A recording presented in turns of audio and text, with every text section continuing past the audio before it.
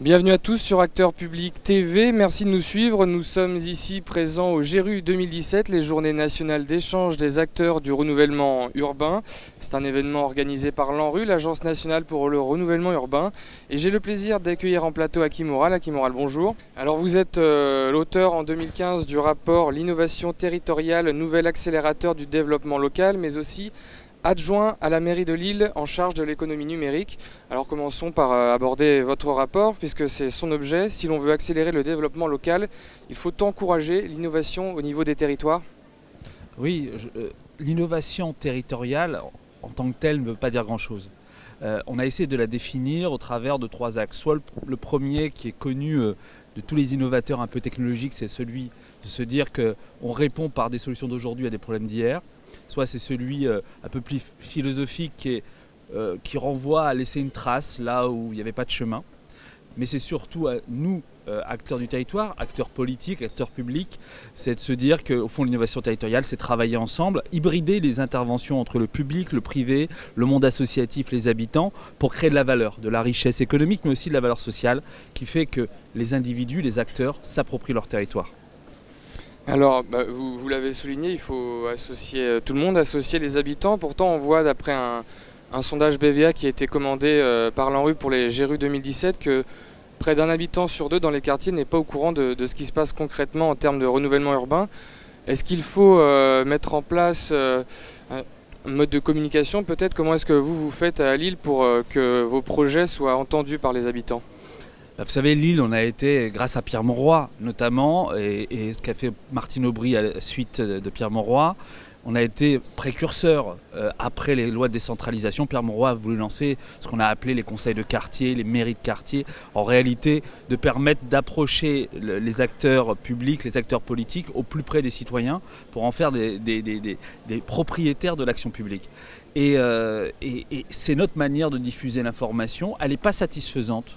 Je pense que le rôle aujourd'hui de tous les acteurs de l'innovation, c'est de promouvoir de nouvelles formes de participation, de nouvelles formes d'action collective, d'intelligence collective sur nos territoires. Ça passe parfois par ce que propose l'OCDE sur les panels citoyens, où on demande à des citoyens particuliers qui ne sont pas ce que j'appelle des professionnels de la participation, d'intervenir sur tel ou tel sujet de manière diverse pour avoir le maximum de citoyens qui soient acteurs de leur territoire.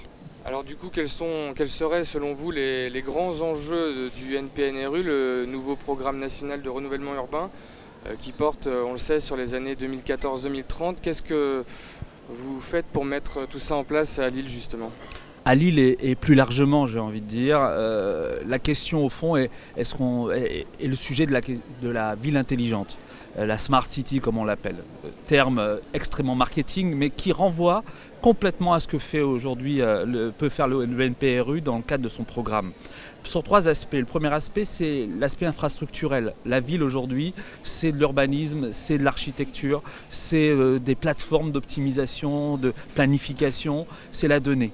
Le deuxième aspect, c'est celui de la création d'écosystèmes qui créent de la valeur, qui créent de la richesse, au travers de nos parcs, au travers de l'ESS, de nos tiers-lieux notamment. Et le troisième aspect, c'est la démocratie participative qui permet aux citoyens de s'approprier leur territoire, de le modéliser aussi, les politiques publiques. Et donc au fond, le NPNRU peut matcher complètement avec cet enjeu-là de ville intelligente. C'est pas qu'un sujet technologique, c'est un sujet d'abord d'organisation et de création de dynamique.